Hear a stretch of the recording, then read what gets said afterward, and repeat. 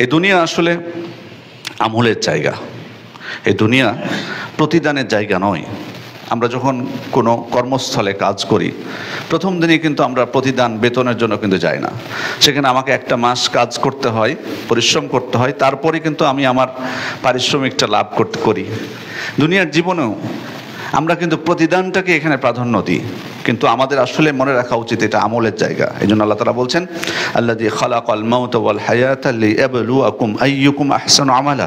তিনি জীবন এবং মৃত্যু সৃষ্টি করেছেন তোমাদেরকে পরীক্ষা করার জন্য, যে কে তোমাদের মধ্যে আমলের দিক থেকে সর্বোত্তম। তাহলে এই দুনিয়া এটা আমলের জায়গা এবং এটা হচ্ছে পরীক্ষা। এখানে আমরা সর্বদা পরীক্ষা দিচ্ছি। আমাদের যখন পরীক্ষার সময় হয়, এসএসসি বা এইচএসসি, প্রথম দিন আমরা যখন পরীক্ষা দিতে যাই, সেদিনকে আমরা রেজাল্টের আশায় যাই না, আমরা দীর্ঘ 1 মাস 2 মাস পরীক্ষা দিই, তারপরে আবার আরও 2 মাস 3 মাস অপেক্ষা করে তারপর কিন্তু ফল পাই। দুনিয়াটাও তেমনই, এটা পরীক্ষার হল, এটা একটা। এখানে যদি আমরা ফলাফলটা চাই, তাহলে এটাই হবে আমাদের সবথেকে বড় প্রতারণার শিকার হওয়া।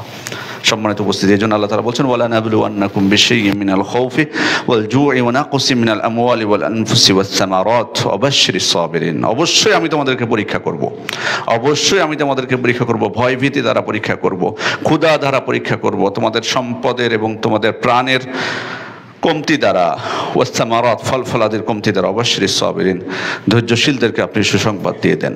অর্থাৎ আল্লাহ তাআলা আমাদেরকে পরীক্ষা করবেন, এটা হচ্ছে পরীক্ষাগার।